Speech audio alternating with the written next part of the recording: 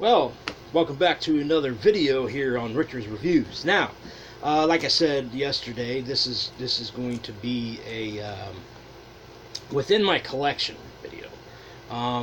If it goes well and I get a lot of comments and views, I will do more of this. Basically, I'm picking 5 films within my collection, whether it be DVD, Blu-ray, VHS, and talk about some of the plot of the films, reason why I own them. What I rank them, what I recommend them. If they're on another upgrade to like Blu-ray, would I upgrade them? So yeah, that's pretty much what this video is going to be about. Maybe a little long, so if you're not into the longer videos, check out my other videos that are shorter. So basically, this is in no particular order. I do have them in alphabetical order as far as five. I picked 5 of them, but I guess I'm going to go with the one that I picked first, which was Bloodsuckers from Outer Space. This is the Shriek Show DVD. I think it was for the 25th anniversary of the film. Would I upgrade this to a Blu-ray? Of course I would. To me, it's a classic film. And when I say classic, I'm not meaning like E.T. or Jaws or Halloween, and I'm not talking like classic like that. I'm talking like classic like for a low budget film. The plot of it. So basically, the main plot of the Bloodsucker from Outer Space, is about this like some kind of wind like thing that comes there and makes these people turn into like zombies, bloodsuckers, and it takes over pretty much this town. The late Tom Myers and Laura Ellis happen to be 2 people that are that are boyfriend and girlfriend, and then they have to go. And what another part of this movie is, you got Pat Paulson, whoever's like 30, 40 years old today may remember Pat Paulson. He always wanted to run for president of the United States. He was kind of like an independent one, and he was a comedian. He happens to be in this. The director, Glenn Coburn's in this movie. You have Dennis Letts, the late Dennis Letts. He plays like a military guy in this film. And then you got a bunch of other people in this film. But basically, the plot is about this wind, or like some kind of thing happens, and they get this sick, and they start throwing up. I mean, here's the back of the cover. So if you ever plan on buying the DVD or whatever, that's the back of the cover. There's pretty much, this is just the inside. And his Tom Myers' brother, he turns into one. His girlfriend turns into one. His mom and his dad turn into one. It's his uncle. I think it's like an uncle and aunt. But I think it's really funny is in one scene where they're like karate fighting. He kicks and his arm falls off, and his uncle goes, "You ripped my fucking arm off." I mean, excuse the language, but it's classic lines like that. I mean, it's one of the reasons why I kind of like low budget films, is because of the fact that certain things you can, as years go by, it's got you can enjoy like the stupidity of a film or the performances of a film. And to me, I really enjoy it. I may even watch it later today. I don't know. I just enjoy it that much. Bloodsuckers from Outer Space, a 1984, one of those productions by Glenn Coburn, who directed and wrote it and played in it. So yeah, I mean, it's definitely worth an upgrade. Would I recommend it for those who like low budget, fun films? Yes. How would I rate it on the Richter scale? I definitely would rate it a very solid 7. So yeah, that's Bloodsuckers from Outer Space, and is definitely in my top 500 horror films of all time, which is kind of like a horror comedy. And then the next film here is the 1987. What's his name? Rick Roessler. I think his name is, the director. This is Slaughterhouse. This is the original DVD. Would I upgrade this to Blu-ray? Obviously. I do have a Blu-ray copy of this, but it's basically from somebody that like copied this disc and put it on Blu-ray, and then added some features from the Blu-ray that's out. But yeah, I would definitely upgrade it to Blu-ray. Slaughterhouse is basically about a story of a hog farmer and his son that they're getting shut down because their slaughterhouse is getting shut down because they want to build other things. And so you got the sheriff and you got the mayor and you got the lawyer and all that trying to close them down. But in the meantime, you got a bunch of these young kids that go in there and getting slaughtered. Noticeable for this film is you got Sherry Bendorf. I think she goes by the name of Sherry Lee now. She plays in this, and she went on to play in Demon Wind. She does still act today, but she mainly does stunts. You've got Joel Hoffman, who recently played in Slumber Party Massacre 2, and he also played in Pumpkinhead. He's like a teacher now, and I'm not sure what city, but he happens to be a friend of mine on Facebook. I'll have to ask him one time where exactly he teaches. I think it's Arizona or Texas. And then you've got Courtney Lucara, who actually around this time played in Killing Spree, the Tim Ritter classic film. She really hasn't acted much after that. I know she did a thing called Things in early 90s. And then you've got the old man. I think his name is Les Bacon. I think his name is. He actually played in Hobgoblins, and the killer, his son, the hog farmer. He pretty much grunts and groans in the movie. He actually did a couple things after this. So that's pretty much the cast. Beginning of the film, he shows credits. You see a bunch of slaughtered pigs. A lot of that might turn off a lot of people, but if you get past that and then you watch the movie, you really enjoy it. It's got a low budget feel. It's not a classic in all terms. I like the performances. I like the Bacon and his son. I like the sheriff. Like the cop that's in it. Like some of the actors, the young actresses and actors that are in it. But yeah, I mean, for me, it's really fun. It's got some gory parts in it. So yeah, I mean, I would definitely check it out. Definitely upgrade it to a Blu-ray. My rating for this, I would give it a solid 6.5. Definitely a solid 6.5. The really cool thing about this DVD, it's got tons of stuff on it. This was originally released by a company called Program Power, which they actually went on to release Evil Laugh as well. This has got like auto commentary, making of, financing, distribution, trailer, special no smoking trailer, Buddy the Killer goes tour in Georgetown, Washington, Georgetown University. Yeah, if you have a DVD ROM, it's got like the 16-page working budget, 34-page distribution contract. It's got tons of stuff. Now I know on the Blu-ray it's got just as much on there, a little more extra than what this did. But yeah, this is and what I really found when I seen this come out, and like I think it was '99, so this is almost like a 20-year-old DVD. It said Lucky 13 Cult Collectibles Volume 1, Number 1. I always thought that was interesting. But yeah, that's Slaughterhouse. The next one we got here is a lot of people ask me what's a movie that I talk about and I enjoy that a lot of people may not know.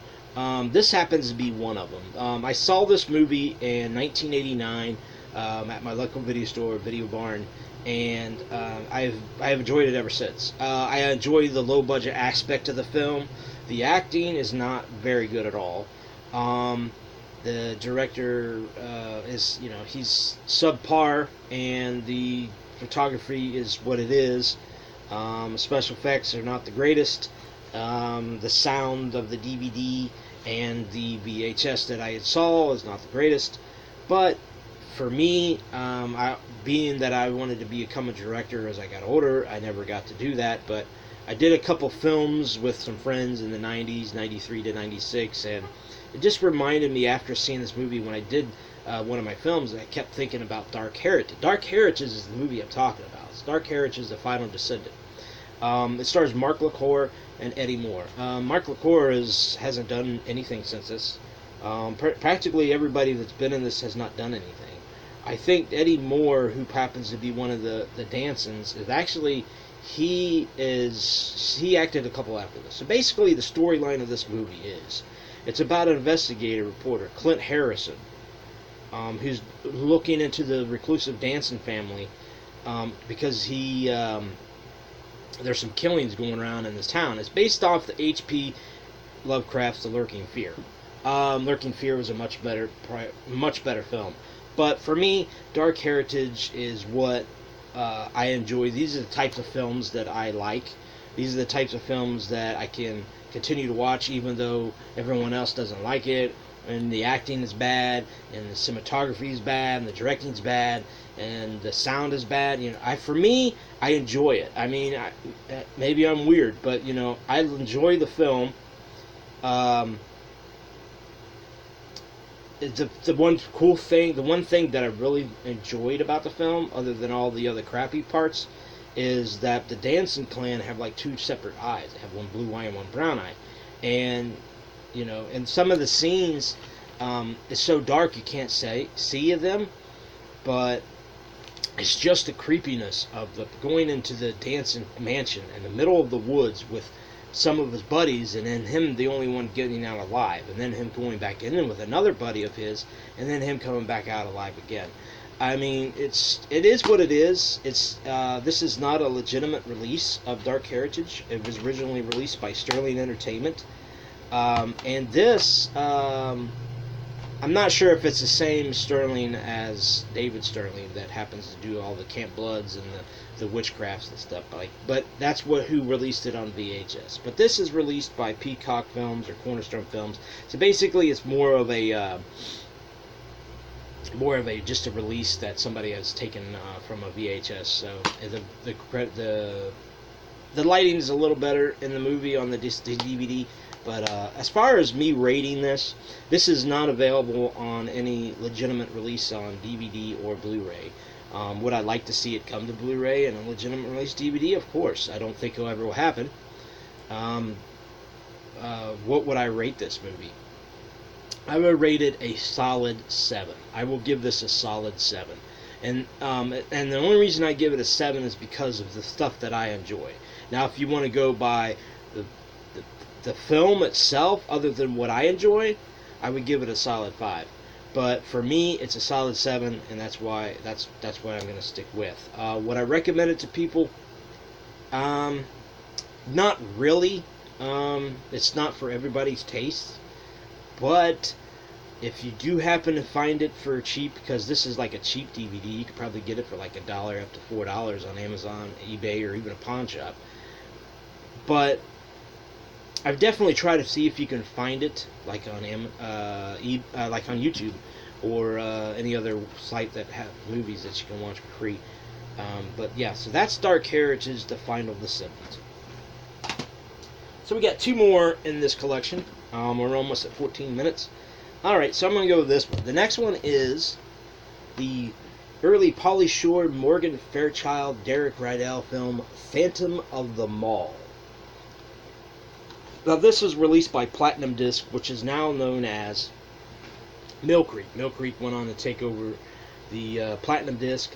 Actually, I take that back. It was not Mill Creek, it was Echo Bridge. Echo Bridge took over the Echo Bridge took over the Platinum Discs. And I don't hear much about Echo Bridge anymore. But maybe Mill Creek will get this rights to this to release it. So basically, Phantom of the Mall was a film that when I saw it, I was like, I have to see this. I mean, it's got early performance by Pauly Shore. You got Derek Rydell, who played Night Visitor. You've got Karen Whitman, who played on Silk Stockings. I had seen her on Silk Stockings. And you got Morgan Fairchild. And Rob Estes, by the way, is also in this from Silk Stockings.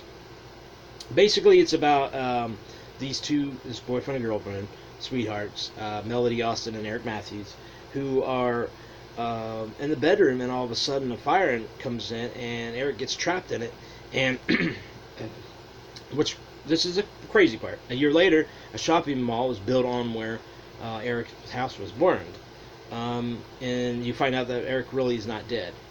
And then you go and you have this friend. She got some people that she works at the mall.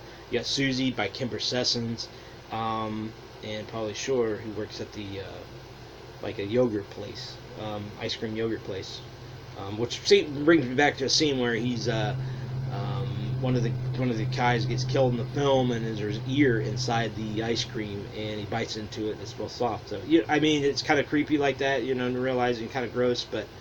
I remember as a kid that there actually had like eyeballs and like ears that you could eat as a treat on ice cream. I know it's weird, but I do remember that. Megan Fairchild, she's the mayor of the town, and Rob Estes plays a photographer in this film. I mean, it's great for what it is. I like the cast. I like the director, I believe, is Richard Friedman, who actually directed some episodes of Friday the 13th series. I like the director performances, the atmosphere of it. One little side note, Tom Friedley, who played in Friday the 13th Part 6 as Court, he happens to be in this. If you haven't checked it out, check out his death scene. There's also a couple other death scenes that should be looked at. And you also may see a small cameo by Brink Stevens through a video camera. And let's not forget, the great Ken Foree, who played in Dawn of the Dead, happens to be a security guard in this. But yeah, this great movie is pretty cheap if you find it on Amazon or eBay. I like to see it come out on Blu-ray. Will it? I don't know. Yeah, what would I rate this? Would I rate this? I give it a solid 8.5. As far as the movie itself and why I enjoy it, for all intents and purposes, I would give it a solid 6, just because I like this probably a lot more than others. But for me, I give it an 8. But for the recommendation, I would give it a 6. So yeah, that's Phantom of the Mall, Eric's Revenge, and so yeah, that's another great film in my collection. And finally, there was a company that came out in the late 90s when DVDs was coming out, Scimitar Entertainment. They were coming out with like DVDs left and right. They came out with Witchcraft 1, Witchcraft 2, Voodoo, The Fear, and then they came out with this one called Rush Week. This is like the 1988 film. I think it was 88. Yeah, it's 88, but it says 89. They came out around the 90s when DVDs were becoming big, and I remember seeing this before that. I remember seeing this like on, I think it was on USA Up All Night. A lot of people may remember that, USA Up All Night. I seen it on there and watching it with the Rhonda Shear, and just watching it and enjoyed it. I taped it, and then that was like 92, and then like 94. I seen it was on Cinemax, Skinemax channel. I seen it on there and I taped it. So I had 2 different copies of it, one with all the cut stuff and one with all the good stuff. And then when it came out in 97, I bought the DVD around 99, I think it was. There's no really special features on this. Basically, Rush Week is about fraternity week, parties and fun, and then everything starts to happen. Everything starts to go crazy. Where there's you got this guy that's wearing a cloak and a old-looking mask and going around with a hatchet, and he's killing all these people at this fraternity. And come to find, the really interesting thing about this, there's a performance in the film by the late Gregg Allman from the Allman Band. He happens to be in this film. Also, Roy Thynes is the dean of this film, and Dean Hamilton is the lead guy. That's him right there. He actually directs films now. And then you have Courtney Gebhardt. She did some songs in the film, and let's not forget Pamela Ludwig right here. the beautiful red-headed girl who played in Pale Blood and it played in the 1979 Matt Dillon film Over the Edge. Over the Edge. That she still was good looking then. I'm not sure what she looks like today. She hasn't really done any acting since this. But here's the inside. And a little bit of a note that people may know about this. Todd Eric Andrews, who played in the very first episode of Silk Stockings, happens to play in this film, who went on to play in Zapped Again, which is the sequel to the 1982 Scott Baio film. Also in the film is Dominique Brasha, who played in and directed Evil Laugh and played the fat kid in Friday the 13th Part 5, A New Beginning. And we all know his backstory, so I'm not going to get into all that. But Rush Week it's a great film. It's not upgraded to Blu-ray. Would I like to see it on Blu-ray? Yes. Would I recommend this film? I would recommend it. I would give it a solid 6.5 as far as rating. There's a lot of things I liked about it. There's a couple things I didn't like about it. But when you have Kathleen Kinmon, who played in Halloween 4 and Renegade, naked in the film, I mean, it's up to you to choose. But there's a lot of nudity in the film.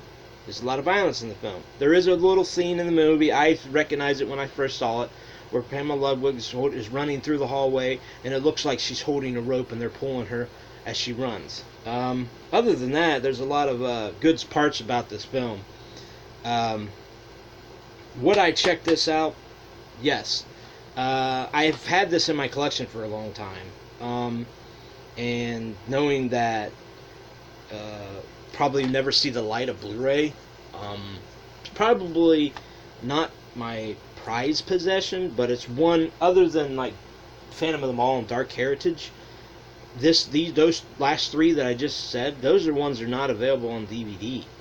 Or Blu-ray, I say, not available on Blu-ray. And these are the only ways to get them. Of course, Dark Heritage doesn't even have a legitimate release. But I digress. I can't say enough about Rush Week. It's not for everybody's taste. It's not the best of the films that I've talked about today, but I liked it. I enjoy it. I've watched it several times. I watch it every May, and so yeah, that's Rush Week. I hope you enjoyed this almost 25-minute video about talking about 5 films from my collection. If you have any comments down below, or if you enjoyed this video, leave comments down below, give me a thumbs up, and I will check you out in the next video, and it will be on Tuesday, and I'll see you later, guys.